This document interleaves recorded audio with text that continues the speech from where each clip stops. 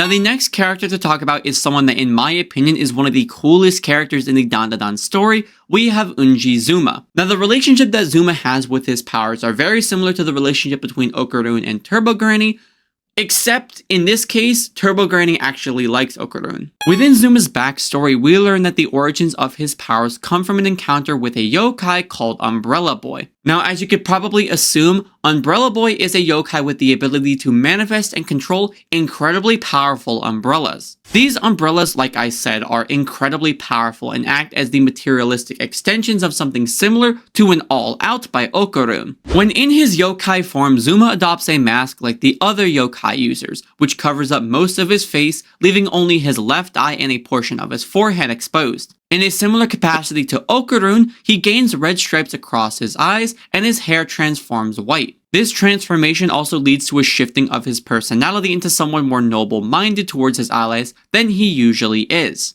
Now this isn't the only form that Zuma has taken when fusing with Umbrella Boy's power, and I will talk about that other form in a moment. But as for his powers, Zuma can summon at most 2 umbrellas manifesting as oil paper umbrellas, which he can not only control at will, but also open swiftly to create a large shockwave of air. The opening of this umbrella is very similar to an All Out by Okarun, to which it's a massive extension of his power, and after using this ability twice, Zuma is forced out of his transformation. With these shockwaves, Zuma can use them as long-range projectiles, but also as a way to achieve a pseudo-flight ability using the shockwaves to send him flying. Now as for that other transformation, during the Cursed Trunk arc, Zuma gets his body taken over by Fairy Tail card, which allows for the spirit to draw out the worst of Umbrella Boy's powers. And with this takeover comes a new form and new abilities. His head is covered by a dark helmet that mirrors Umbrella Boy's face, which is the complete version of the mask that manifests on his face when he uses his yokai power